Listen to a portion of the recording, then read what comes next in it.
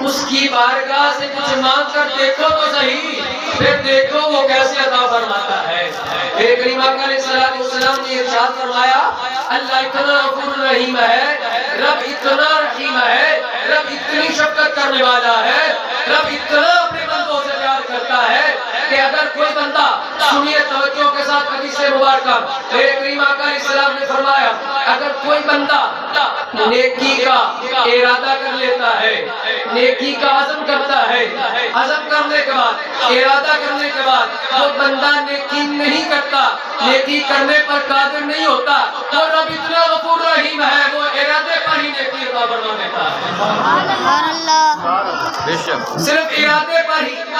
نیکی عطا فرماتا ہے۔ پھر میرے کریم آقا علیہ السلام نے فرمایا رب اتنا غفور رحیم ہے کہ جب کوئی بندہ نیکی کا ارادہ کر کے نیکی کر لیتا ہے وہ نیکی پر قادر ہو جاتا ہے، اللہ تبارک و تعالیٰ پھر اس کو اس ایک نیکی کے بدلے ایک نیکی عطا نہیں فرماتا، بلکہ سال کے کائنات ایک نیکی کرنے والے کو 10 نیکیوں کے برابر عطا فرماتا ہے۔ اور پھر اگر اس کی نیت کے اندر مزید خلوص ہو، اس کی نیت میں مزید اخلاص ہو، اس کی نیت کے اندر مزید اللہ کی رضا شامل ہو، تو پھر اللہ تبارک و تعالیٰ اس ایک نیکی کے بدلے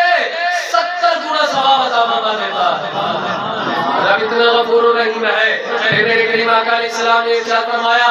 سنو مسلمانوں رب کتنا غفور رحیم ہے۔ میرے آقا نے فرمایا اگر کوئی بندہ گناہ کا ارادہ کرتا ہے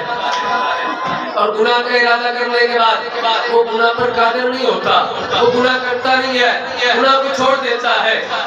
اب اللہ تبارک و تعالیٰ اس گناہ کا ارادہ کرنے کے بعد وہ گناہ نہیں کرتا، رب اس کو پھر بھی نیکی عطا فرما دیتا ہے۔ ادھر کیا تھا کہ نیکی کا ارادہ کیا، نیکی کی نہیں، رب نے نیکی دی، گناہ کا ارادہ کیا، گناہ کیا نہیں، کیا ہونا چاہیے تھا؟ بولو نا، اونچی بولو بھائی، گناہ کا ارادہ کر کے گناہ نہیں کیا تو کیا ہونا چاہیے؟ گناہ ملنا چاہیے، لیکن رب کتنا غفور رحیم ہے۔ میرے کریم آقا علیہ السلام نے ارشاد فرمایا اللہ اتنا غفور رحیم ہے جب کوئی بندہ گناہ کا ارادہ کر لیتا ہے گناہ کرتا نہیں ہے، گناہ سے باز آ جاتا ہے، گناہ کرنے پر قادر نہیں ہوتا، اللہ اتنا غفور رحیم ہے پھر بھی اس کو نیکی عطا فرما دیتا ہے۔ پھر اگر کوئی بندہ گناہ کا ارادہ کرتے گناہ کر لیتا ہے، گناہ پر قادر ہو جاتا ہے، اللہ تبارک و تعالیٰ اس کو ایک گناہ کر دے 10 گناہ نہیں دیتا، بلکہ خالق کائنات اس کو ایک گناہ کے بدلے اس کے نام اعمال سے صرف ایک ہی گناہ لکھا جاتا ہے۔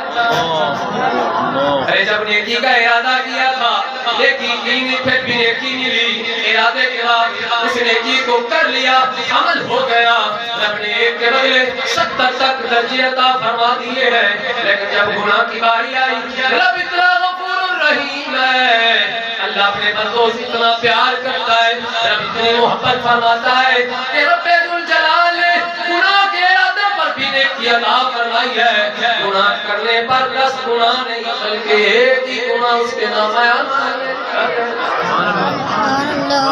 اسی لیے اللہ تبارک و تعالیٰ نے ارشاد فرمایا